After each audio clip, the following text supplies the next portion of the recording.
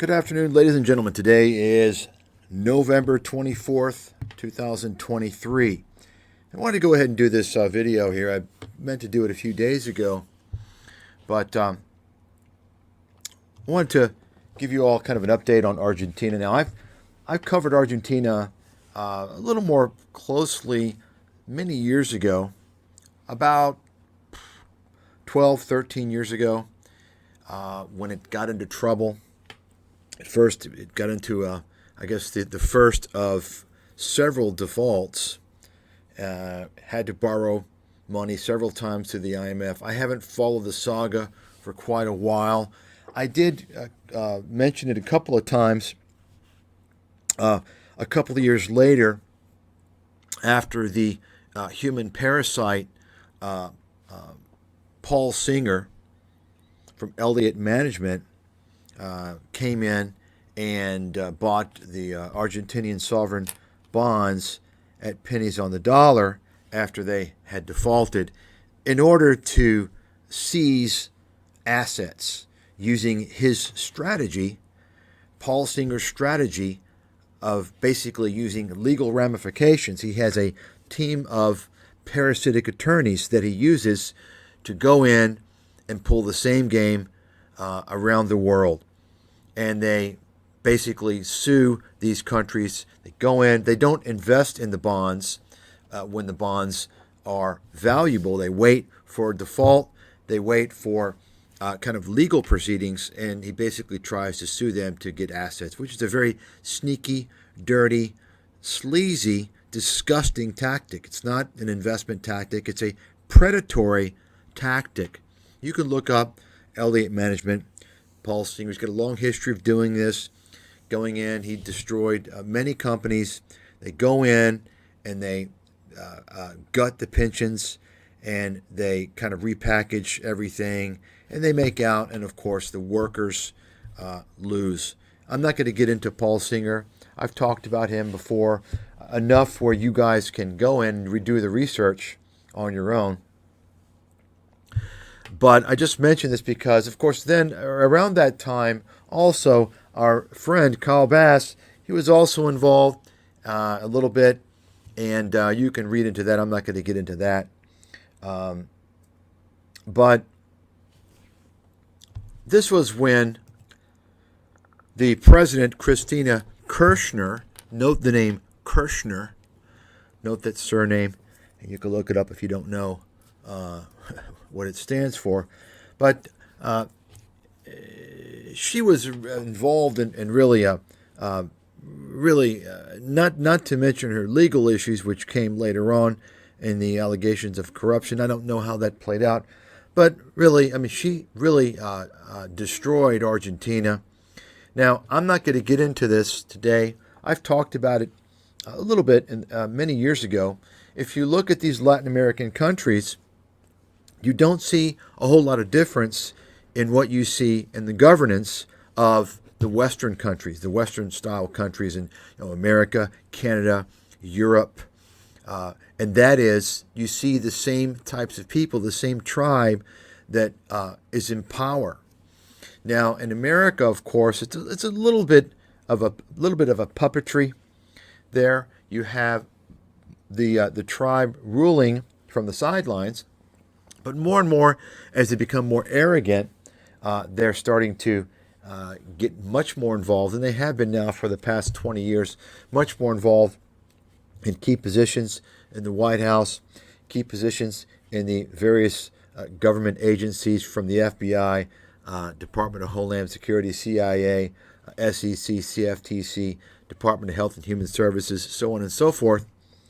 And in Latin America, if you really look into who these people are that are running the country, you'll see it's the same tribe of people. And I've mentioned this before. If you really want to see what's going on with these countries and why they've become, it's become such a problem, their finances, and we're talking specifically in Latin America, they have a long history of major problems, hyperinflation, defaults. And the reason why, you take a look at who the economic ministers have been, who they are, who the finance ministers have been and who they are. These are the individuals who are responsible for making very significant financing decisions, namely deciding to borrow money internationally, overseas. And I've talked about this before. What ends up happening is that these countries have their debt purchased ultimately by hedge funds. Not originally. Originally, the debt is bought by various institutions, but they will sell the debt later on.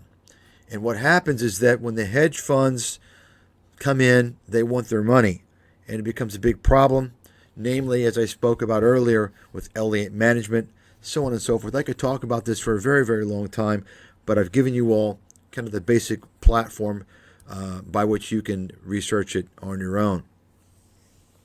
Today I wanted to talk about Argentina, of course, and how it's continued to spiral downhill basically year after year. Argentina has yet to recover from a period, let's call it just after the 2008 financial crisis. Argentina, I haven't looked this up because I don't really follow Argentina anymore, because there's nothing really to follow there anymore. Perhaps the recent events might be a reason to look into Argentina down the road. But basically, Argentina has been in a downward spiral for many years. And I wanted to bring this up, not to talk about Argentina specifically, but to remind everyone, why is this so important, right? Aside from the connection that I've made with Wall Street and what they do, and how this whole thing plays out. And it typically plays out just like this with these bankers and hedge fund guys. I'm not going to get into that today. But the focus I wanted to make today was about 2010. And I did a video on this about a year or two after that, maybe 2011 or 12, and maybe a couple of videos after that. Around 2010, there's a man by the name of Doug Casey, a career con man. This guy is a penny stock pumper. He's involved in all kinds of shady activities. He's a liar, and he's a con man. He's lied about many things, including he's claimed to have predicted the 2008 financial crisis. And as I mentioned many years ago, as time goes on, you're going to see more and more people pop up claiming to have predicted that.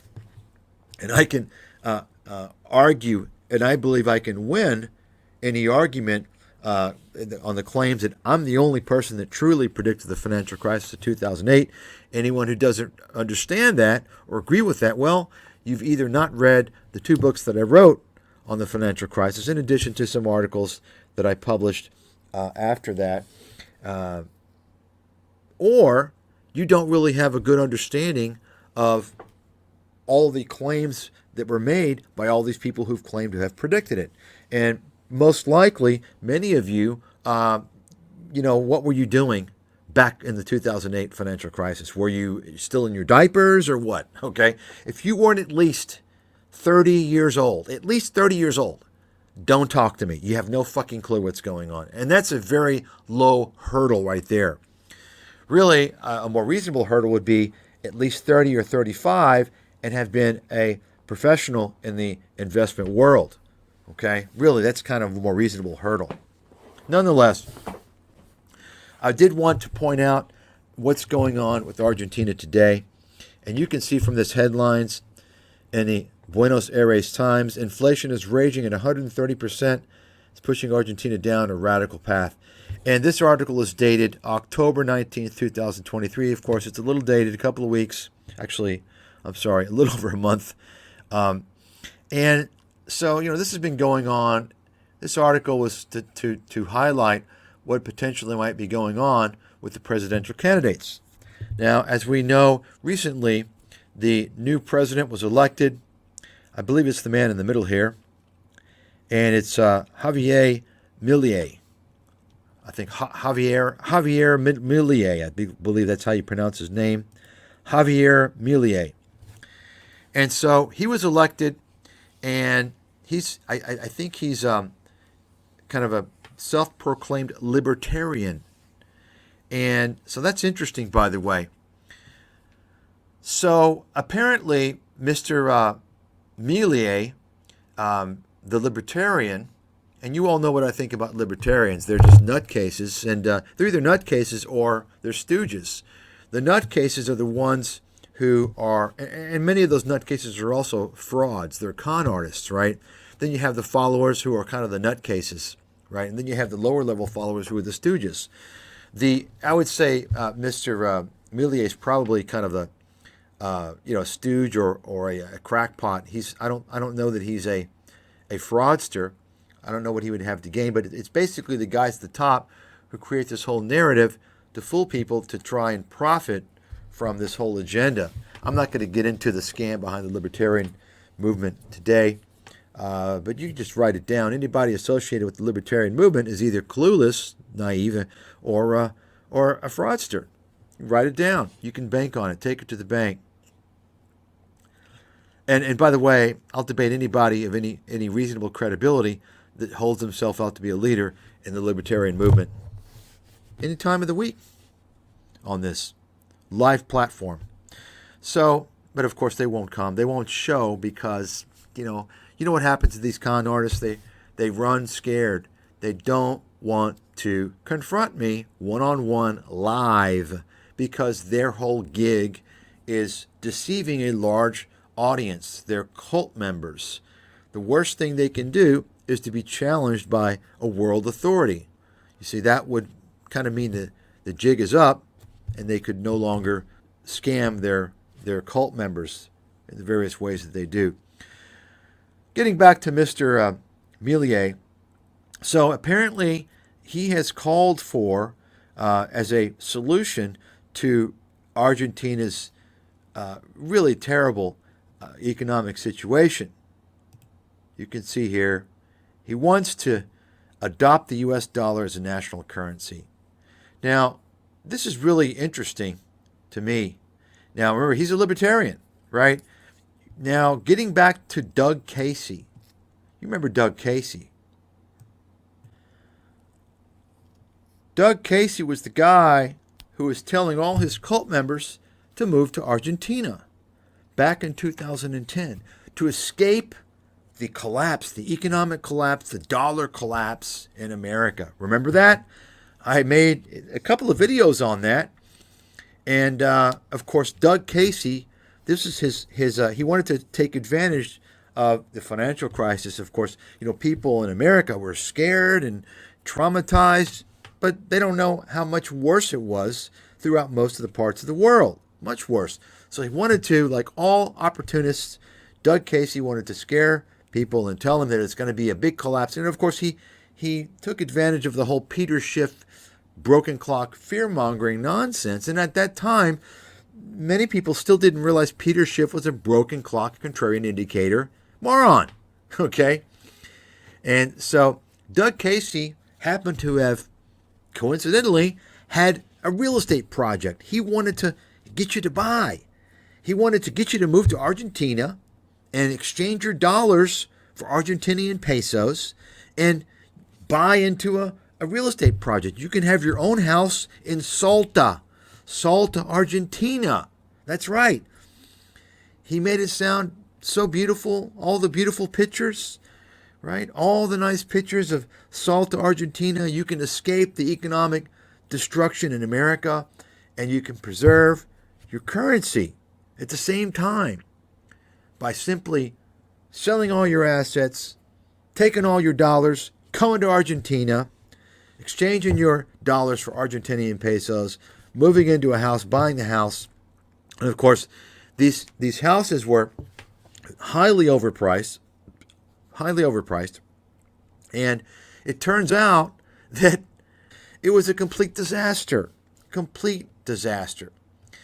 And it's funny because, of course, Doug Casey holds himself out to be a libertarian as well. It's funny because now you see, of course, many defaults later, the inflation's gotten worse even, and the Argentinian president wants to actually adopt the dollar. Why? Think about that. You can't make this up. No one's going to believe you. It's so hilariously ironic, right? The dollar is so deadly, it's not worth anything, yet Argentina wants the dollar to help save their hyperinflation, to help prevent their hyperinflation, or certainly to slow it down.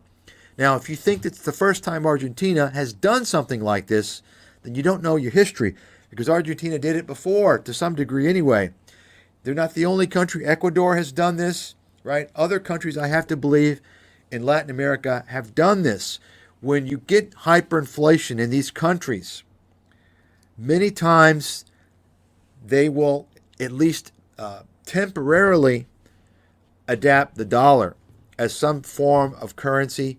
And the reason why is because if you look at Venezuela, for instance, many Venezuelans are using the dollar, right? It's on the black market because it's much more stable than the Venezuelan currency.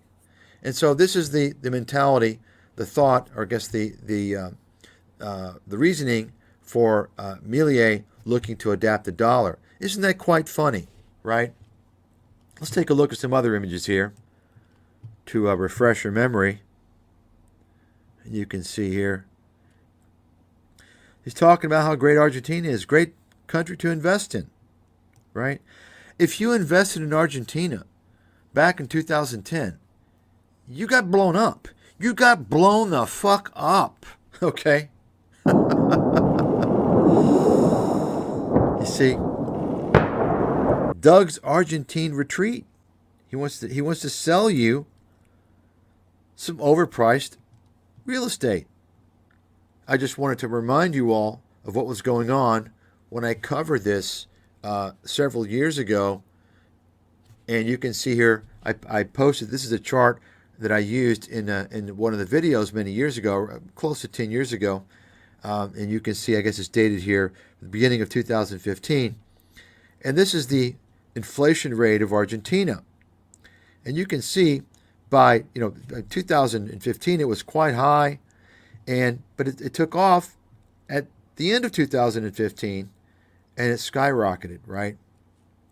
And this is, when you're talking about 33%, these are it looks like, yeah, these are monthly inflation. When you're talking about, I would say, around, let's say, 50% or higher annual inflation, you're talking about hyperinflation territory, okay?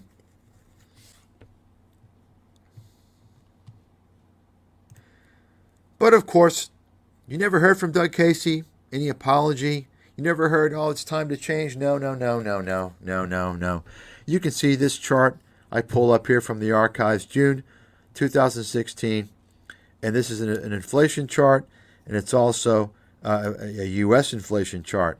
Remember, Doug Casey and all these con artists out there, the gold pumping, broken clock, contrarian indicator, fear-mongering con men, that whole syndicate, you know who they are, folks. It's hundreds of these fucking shysters. And by the way, each and every one of them is in the same tribe. That's not a coincidence. It's statistically impossible. Doug Casey, Peter Schiff, Mike Maloney, Mark Faber, Jim Rogers, Rick Rule, Eric Sprott, James Turk. Go on down the list, folks. And then you got the smaller minions that started their careers on YouTube, basically parroting the same nonsense from these clowns. Think about that. All the fear-mongering clowns were telling you that hyperinflation is coming. Remember that? Remember the Peter Schiff hyperinflation lines? Let's pull that up, refresh your memory here. The whole idea is to get out of the U.S. dollar, to get out of a currency that is on the verge of collapse. Because the people who don't get out, that just think they're playing it safe, that don't want to take any risk, so they keep their money in the dollar, they are going to be broke. They're going to be completely broke, and that is obvious. It's obvious to me that that's what's going to happen. And this is pure inflation, Latin American style. This is hyperinflation. This is Zimbabwe. This is the identical monetary policy. This is what the Weimar Republic did, and we're going to have the same result. And I am 100% convinced that anybody who has their wealth in U.S. dollars will be just as broke as the people who have their money with Madoff. It's not going to matter. It is going to be destroyed. And I don't know how much time you have. With the dollar dropping 5% a week at this point, I don't know. Could the dollar snap back a little bit? Sure, of course. But what if it keeps falling? What if it's down 5% next week and 5% the week after that? And then what if it drops 10% and another 10%? Who knows? At some point, a year or two from now, the dollar could be dropping 5% a day. The inflation rate in Zimbabwe is over 100 million% per year. I can't even calculate what that is. But you know what? It didn't start off that bad. The dollar is now sinking on its own weight, and it's going to drop like a stone. And, there's not a lot of time. But you can see we didn't get hyperinflation. We got mild inflation, very mild inflation, which resulted in several rounds of quantitative easing, right? Meanwhile, Argentina experienced what ultimately turned into hyperinflation. And of course, as you can imagine, the Argentinian peso was completely demolished. The dollar was very strong throughout this period, very strong. So once again, folks, these guys are contrarian indicators. Do the opposite, because the opposite of what they say, of what they recommend, almost always occurs. And you can see in this figure I've added a little headline from Casey Research. The copywriting boiler room bullshit. You can see this is dated December 10th, 2013. When the gold bubble had already popped, gold was heading down, Doug Casey and his fear-mongering army of shysters were desperate to get the suckers to buy more gold, to not sell their gold, and they were telling everyone that the correction in gold's not over, but gold is headed to $20,000. So in other words, they're trying to, when gold goes down, say, well, the correction's not over. Okay, he's right. But this is an opportunity because it's going to $20,000, right? Yeah, you know what? Gold will eventually hit $20,000. Sure. But I don't think I'll be alive. I don't think any of us listening to this will be alive, right? You understand what I'm saying? This is a psychological tactic. Same thing Peter Schiff does. And it's very dishonest. And it's what you'd expect from this cabal of shysters. So this is an image in the archives as well. And once again, if they're featured by Zero Hedge, you know that they're charlatans. Here you go, Austin Fitts, Catherine Austin Fitts. She's in the click, folks. Now, I came across a batch of images here. I'm going to show you. You can read here. Do you now see how Casey and Agora are involved with penny stock scams? You can just read this whole thing here. This is just a very small snippet of what's going on. But you notice this guy, Amir Adnani, and he's involved in a lot of these penny stock companies promoted by this scam artist on YouTube, Future Trends guy, I forgot his name. So this guy is involved, and what happens is that Doug Casey, Rick Rule, all these guys, they will take stakes in this guy's penny stock prior to all the pumping, the stock promotion, right? And so they pump it up to the suckers, and what they'll do is say, well, look, this company is going to be really successful. It's got a lot of promise. And of course, it's going to be in the mining space, right? Some junior miner bullshit scam. And they're going to tell you, it's so promising that Doug Casey and Rick Rule have invested a lot of money. And so the suckers who have fallen for these guys, who don't realize that they're scam artists, they're going to say, oh, wow, that's validation. They're too stupid to realize, it's called pump and fucking dump. Okay, they're going to get you in at the top, right? They're going to get you to pump it up. Casey, Rule, and all their gang of fucking charlatans, they're in at the bottom. You got it? And so in reality, this is a legal way to do a pump and dump. It's legal. You can't get them on fraud. It's absolutely legal, and it takes advantage of the stupidity of the people that fall for these penny stock junior miner pumpers.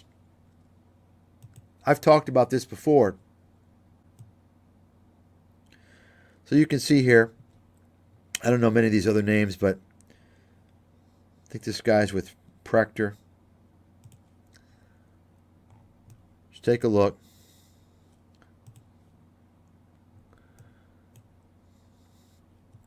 Remember, if you want to identify the gang of con artists, simply examine all the link syndicates, right? Who are they? Who are they associating with? Take a look at the names, right?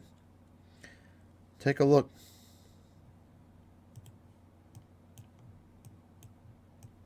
There you have it. The names underlined are just ones that I immediately recognized, and that was several years ago. Perhaps there's some I know now, and perhaps some that you know that I haven't underlined. It's the same image. Here we go. Take a look. Robert Procter, Jim Paplova. I'm going to be doing some videos on Jim Paplova. I've kept silent for all these years. I'm going to expose this guy. I'm going to expose the hell out of him. Because I can tell you right now, I don't know how he's avoided lawsuits based upon all the fear-mongering bullshit with his little media company linked to his investment firm. We'll go over this guy, how he discriminated against me because I'm a Gentile in the future. He was promoting Peter Schiff's quackery for many years.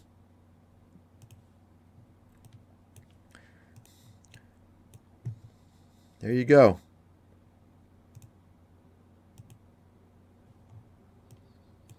There you go. Lou Rockwell, libertarian scam artist. Chris Martenson, complete fucking liar, complete scam artist.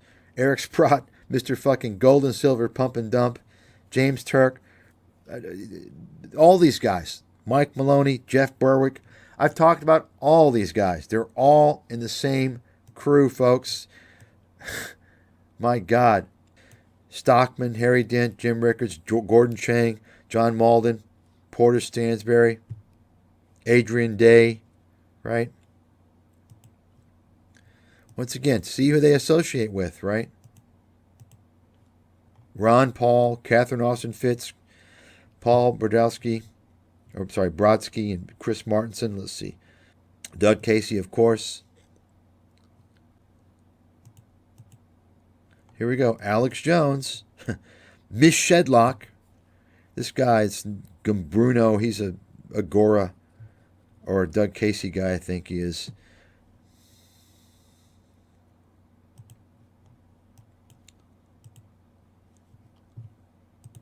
Here you got a couple others.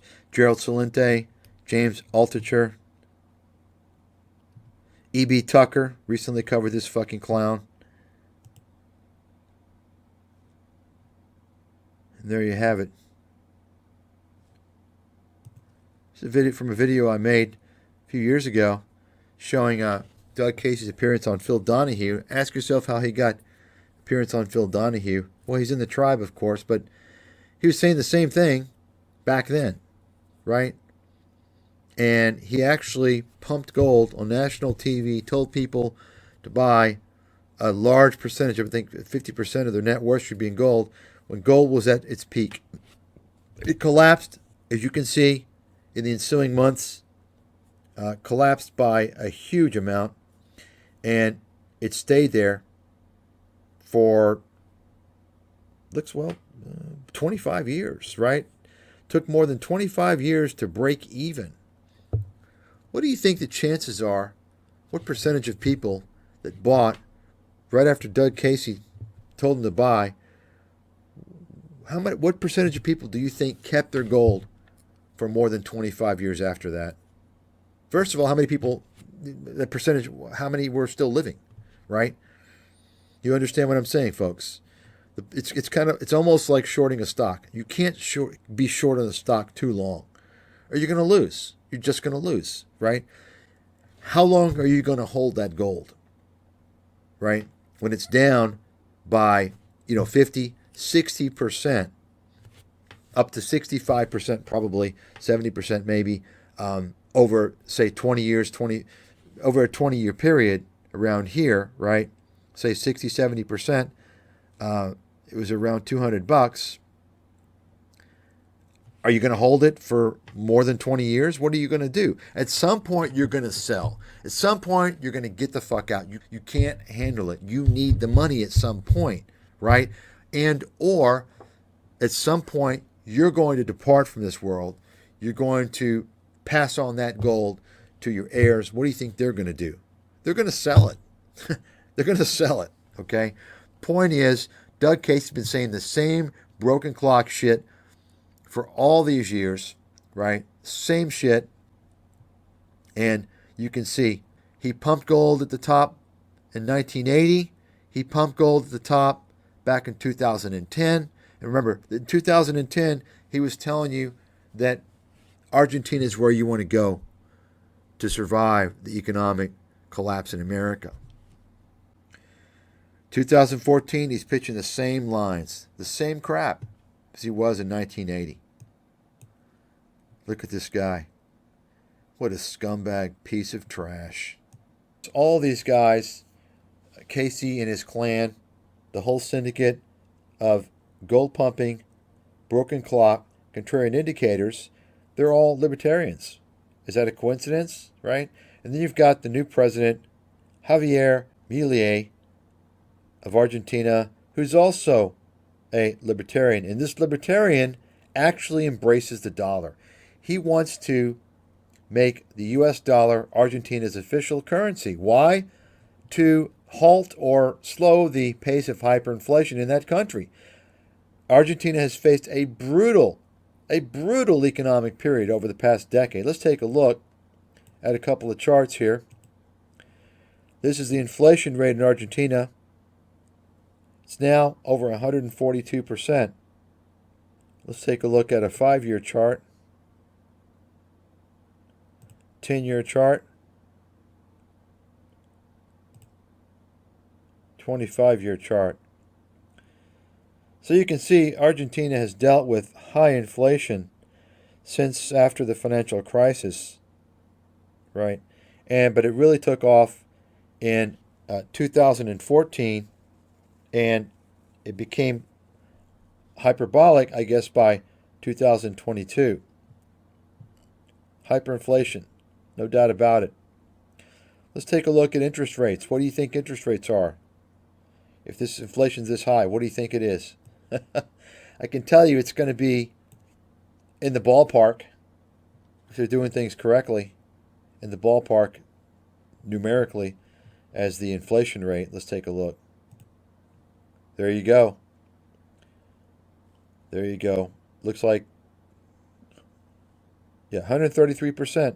Inflation, interest rate. How would you like to have an interest rate of 133%? Think about that one.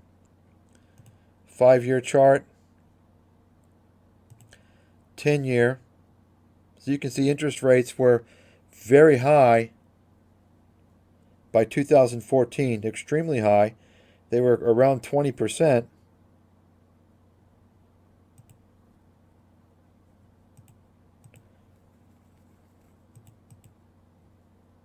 25-year chart.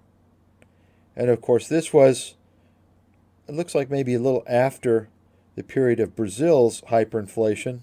And I've mentioned this before, folks. All these libertarian broken clock gold pumping con artists, they seem to always point to Latin America, right? Of course, some of them were pointing to China as a great economy, great country, right? Peter Schiff was telling you China's more capitalistic than America. Of course, you don't hear a whole lot of positivity from Peter Schiff anymore these days because, of course, China's collapsed. It's obvious to even the idiot out there now that China, the emperor is without his clothes, and it's going to get worse for China before it gets better. But they all gravitate towards Latin America. And I've mentioned this many years ago. It seems to me, and maybe this is a little bit of an exaggeration, but I think it's appropriate.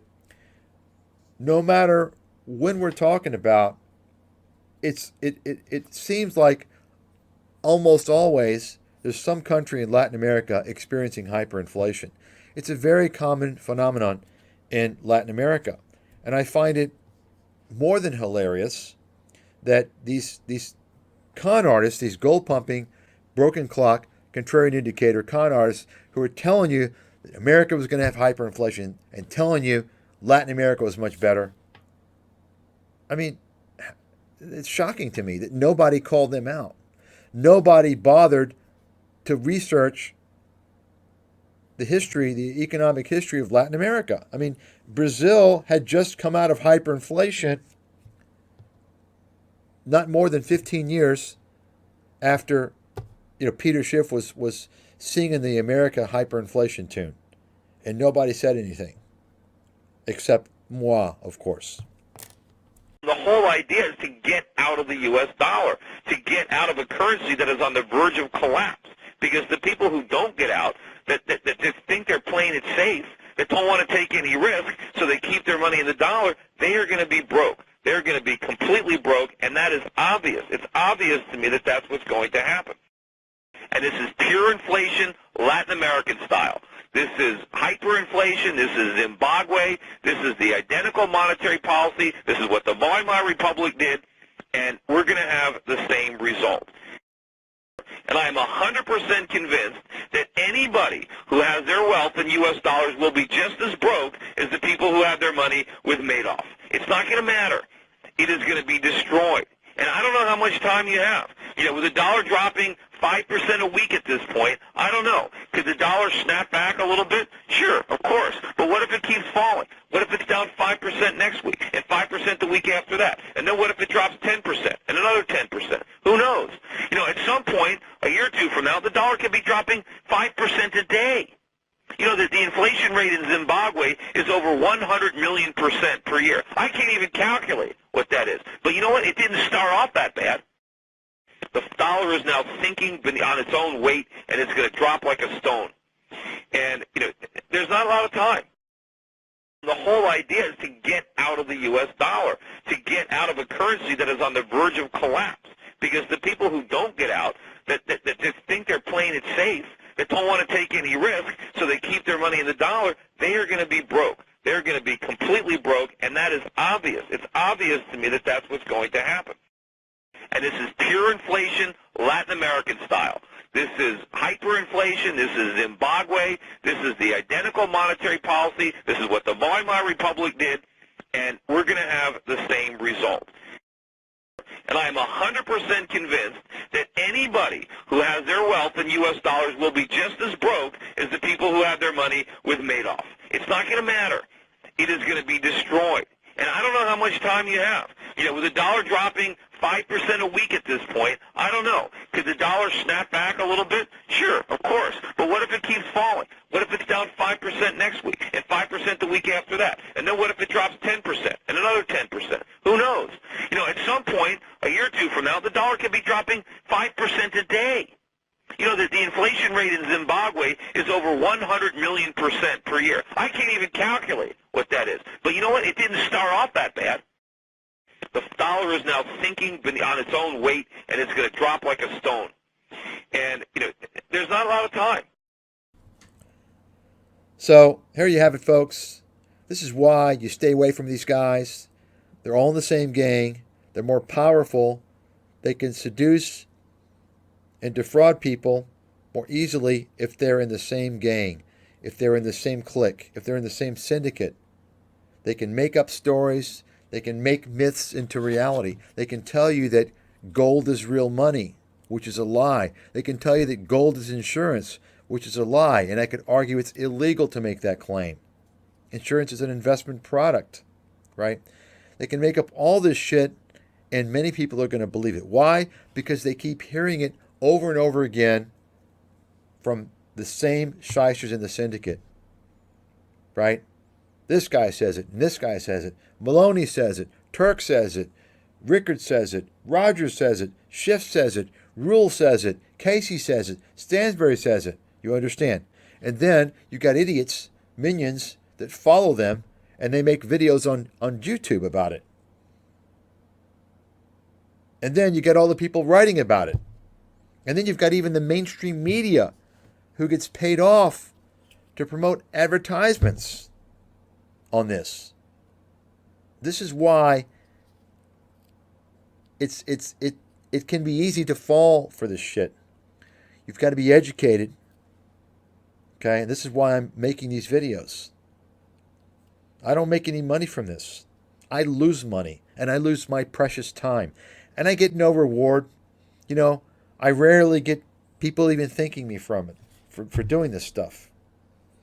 There's nobody else in the world that's committed as much time and effort and provided as much insight on the charlatans in the financial industry as myself.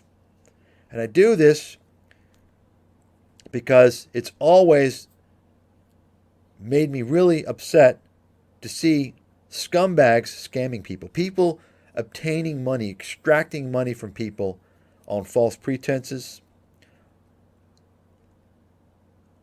and nothing's being done about it. Anyway, that's it for today.